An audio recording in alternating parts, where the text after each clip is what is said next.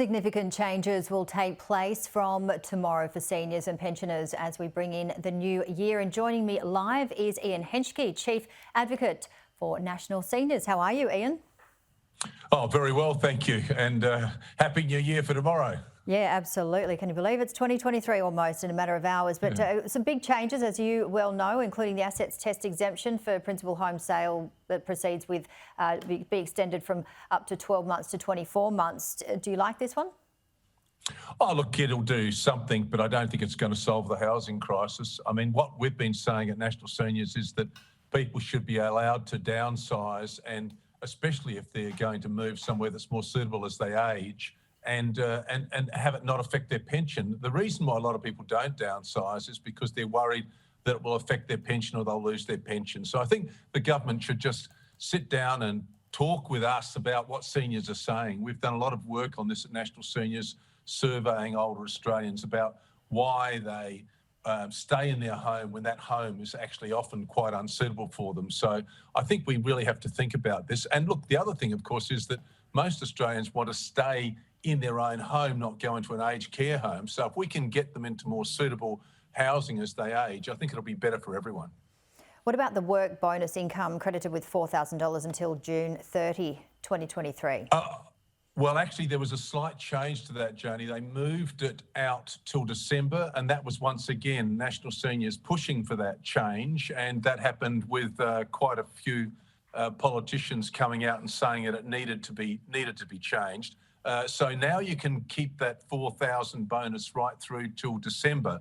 But the real thing we need to see is the sort of system that's simple and fair and easy to understand, not a snakes and ladders system where you basically have, people not understanding what the system is. See, that's the problem at the moment. They don't fully understand the system. So, talking about the record job vacancies, how can our seniors help tackle that? Well, they're already doing it at the moment. You may have noticed, even if you're just moving about the community, you'll see more seniors in work. And this has been creeping up slowly, but we haven't got the same participation rate as New Zealand. I'm not sure whether you're familiar with this, but in New Zealand, the government actually wants to see around a third of their over 65s remaining in the workforce. And that's for that period probably between about 65 and 75. I'm sort of sitting right there in the middle. I turn 68 in about a week's time, and I'm still working. My brother was still working into his early 70s. Lots of people I know are still working in their early 70s. The problem with Australia is that we've got a pension system that punishes people if they earn more than a certain amount of money. The government, as you mentioned, has increased the work bonus by $4,000. But it still means that you have to deal with Centrelink, you've got to deal with the paperwork, you've got to fiddle around with the system, you've got bonuses and penalties.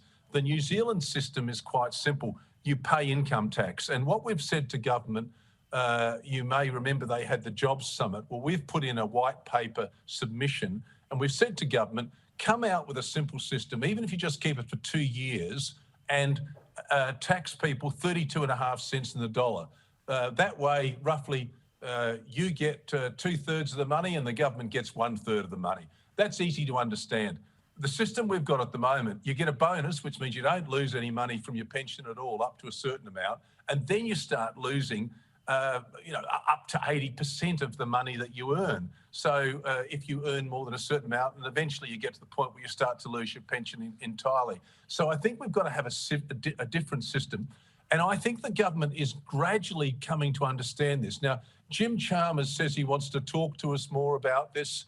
Mr. Albanese says he wants to give people a hand up, not a handout. Well, we've got older Australians going back into the workforce, and we did a survey, and you'll be very surprised to hear this. Around 20% of older Australians said they would like to go back into the workforce and be part of the workforce, even though they've retired. And part of the reason, the big part of the reason, is they're struggling with cost of living. So it will be a benefit to the community, it'll be benefit to the pensioners, and this is the thing we're going to be pushing for in 2023. And look, I think we've got to recognise that Australia's got a jobs crisis at the moment. I wrote an editorial for the West Australian today, and I'd urge the West Australian viewers to have a look at it. We say that you've got this situation in the moment where you're bringing in 35,000 extra migrants. That's only going to be a tiny drop in the ocean for this jobs crisis we've got. Whereas now think about this, you've got hundreds of thousands of older Australians who would go back into the workforce if they were encouraged to. And we estimate that 400,000 to 500,000 older Australians would go back into the workforce if they were encouraged to. And we had modelling done by Deloitte's, which we're going to put to government. We've done that in the white paper, which shows the government will make money from it. So this is the big push for 2023. We want the government to understand that you've got a group of people who would like to work, just encourage them, don't discourage them. All right, always great to chat to you. Ian Henschke, Chief Advocate for National Seniors. Happy New Year, and we'll talk to you again in 2023. Yes, and Happy New Year to everybody out there, and let's hope that it's a good one.